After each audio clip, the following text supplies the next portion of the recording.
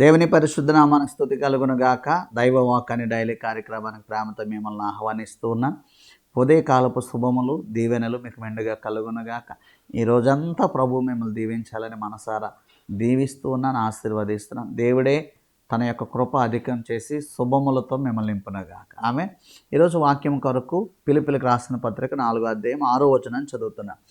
దేనిని గూర్చి చింతపడకుడు కానీ ప్రతి విషయములోనూ ప్రార్థనా విజ్ఞాపనముల చేత కృతజ్ఞతాపూర్వకముగా మీ విన్నపములు దేవునికి తెలియచేయుడి. ఆమె 2 మాటలు ఇక్కడ పౌలు గారు జ్ఞాపకం. దేని గురించి చింతపడకండి. ఆమె అదేంటి పాస్టర్ గారు, ఇన్ని కష్టాలు ఉన్నాయి, మాకు ఇన్ని బాధలు ఉన్నాయి, చింతపడకుండా ఎలా ఉండగలం అంటే చింతపడకూడదంట. అందుకంటాడు, చింతించుట వల్ల ఒక మోరడు ఎక్కువ కానీ తక్కువ కానీ చేసుకోలేరంట. మనం చింతపడి ఏం చేయగలం? ఉదయం నుంచి ఏడుతో కూర్చుంటే సాయంత్రానికి ఏమన్నా సమస్యలు తీరిపోతాయా? తీరవు కదా.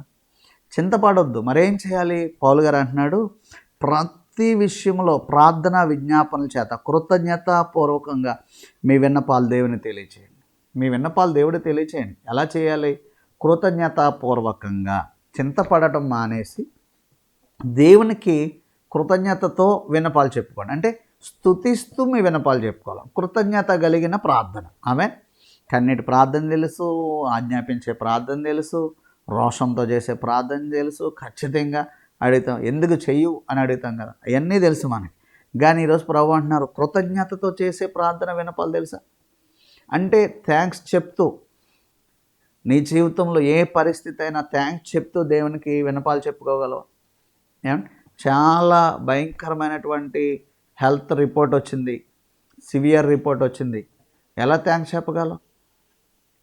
ఆ టైంలో కూడా దేవా నువ్వు నాకు మంచి ఆరోగ్యం ఇచ్చినందుకు నీ కృతజ్ఞతలయ్యా అని చెప్పగలిగితే, ఆ కృతజ్ఞతలో ఆ విశ్వాసాన్ని దేవుడు చూసి దేవుడు నీ రిపోర్ట్స్ మారుస్తాడంతే. దేవుని స్తోత్రం కలుగు. అలా ప్రతి విషయంలో, అది బలహీనత విషయమే కాదు, ఆర్థిక విషయాలే కాదు, కుటుంబ విషయాలే కాదు, ప్రతి దానిలో కృతజ్ఞత ఉండాలంటే. ఇంతకాలం కాపాడిన దేవుడు ఇక ముందు కూడా కాపాడుతాడు కదా. ఇంతకాలం నడిపించిన దేవుడు ఇక ముందు కూడా నడిపిస్తాడు కదా. ఇంతకాలం ఆశీర్వదించిన దేవుడు ఇక ముందు కూడా ఆశీర్వదిస్తాడు కదా. కృతజ్ఞతతో దేవుని స్తుతించాలి. థ్యాంక్స్ గివింగ్తో ఉండాలి. మీరు ఎప్పుడు కూడా కృతజ్ఞత భావంతో ప్రార్థన చేయాలి. ప్రభువా ఇన్నిచ్చావు, నీకు వందనాలు, నాకు అది కూడా కావాలని ఆశ ఉంది అని మొరపెట్టాలి. అయ్యా ఇంతగా సహాయం చేసావు, నాకు ఇంకా సహాయం చేస్తావు అని నేను స్తుతిస్తున్నాను ప్రభు. స్తుతులతో మనం దేవుని సన్నిధిలో అడగాల. కాలేబు కుమార్తె కాలేబు దగ్గరకు వచ్చి అంటది కదా, అక్ష ఏమంటుందో తెలుసండి, అయ్యా నాకు పలానా మరి మెట్ట భూములు ఇచ్చావు, ఈ పల్లపు భూములు కూడా నాకు కావాలి. చూసారు, ఇచ్చిన దాన్ని బట్టి చెప్తూ కావలసింది కూడా అడుగుతా. మనం కూడా ప్రభు సన్నిధిలో దేవునికి ఏ ఆశీర్వాదం ఇచ్చాడో, ఎంతగా నిన్ను ప్రేమించాడో, ఎంతగా దేవుని నిన్ను అన్నిటిని బట్టి కృతజ్ఞత చెప్తూ ఇంకా నీకు కావాల్సింది కూడా దేవునికి విన్నపం చేసుకోవాలంట. హల్లెలూయా. కృతజ్ఞతాపూర్వకంగా మీరు విన్నపాలు తెలియచేయండి.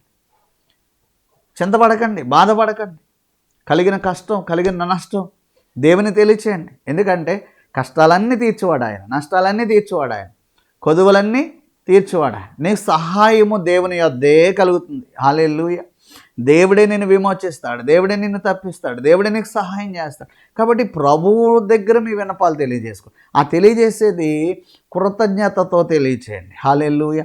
అంటే నేను అంటాను, ఎప్పుడూ దేవుణ్ణి స్తుతిస్తూ ఉండండి, స్తుతిస్తూ గణపరచండి, ఆరాధిస్తూ ఉండండి, థ్యాంక్స్ చెప్తూ ఉండండి. దేవా ఆరోగ్యం ఇచ్చావు, దేవా ధనం ఇచ్చావు, దేవా బలం ఇచ్చావు, దేవా స్వస్థత ఇచ్చావు, దేవా ఇల్లు ఇచ్చావు, దేవా సమృద్ధినిచ్చావు, దేవా సంతోషం ఇచ్చావు, దేవ సహాయం చేస్తున్నాం. ఇవన్నీ దేవుని సన్నిధిలో స్తుతిస్తూ దేవునితో మాట్లాడుతూ ఉంటే సమస్తము మేలుకరంగా మారుస్తాడు, సమృద్ధికరంగా మారుస్తాడు. దేవుడే మనలందరినీ దీవించి ప్రతి అవసరము తీర్చును గాక. Amen, amen, amen. God bless you అండి.